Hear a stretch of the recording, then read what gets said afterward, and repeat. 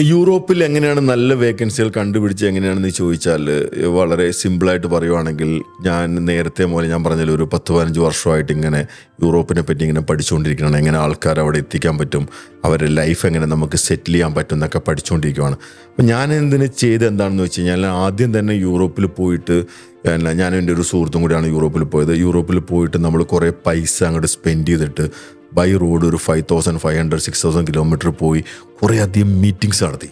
അവിടെയുള്ള manpower recruitment ഏജൻസികളായിട്ട് കുറേ അധികം മീറ്റിങ്സ് നടത്തി. കുറേ കമ്പനികൾ എന്ത് ചെയ്തു കയറി. മിക്കവാറുമുള്ള കമ്പനികളൊക്കെ പറഞ്ഞ് ആദ്യമായിട്ടാണ് അവരുടെ ഒരു അനുഭവം ഇങ്ങനെ ഇന്ത്യയിൽ നിന്നും ഒരാൾക്കാർ ഇങ്ങനെ വേക്കൻസി അന്വേഷിച്ച് വന്ന ആദ്യമായിട്ട് അവരുടെ അനുഭവമാണ് അവർ പറഞ്ഞു നമ്മുടെ അടുത്ത്. അതിനുശേഷം ഞാൻ ചെയ്തില്ല. അതിനുശേഷം പിന്നെ ഒരു 6-7 മാസം കഴിഞ്ഞപ്പോൾ അതിൽ ദൈവത്തിൻ്റെ അനുഗ്രഹം കൊണ്ട് ഒരു മലയാളിയെ നമ്മൾ റിക്രൂട്ട്മെൻറ്റിൽ കാണുകയും അദ്ദേഹം എന്നെ കോൺടാക്റ്റ് ചെയ്യും.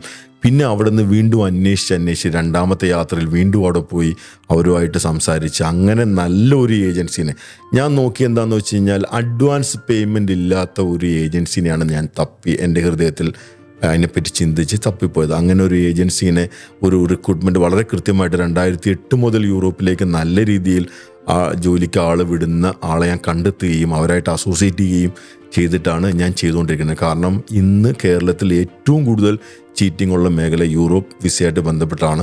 അതുകൊണ്ടാണ് ഇത്ര സൂക്ഷ്മമായിട്ട് ഞാൻ ചെയ്തുകൊണ്ടിരിക്കുന്നത്.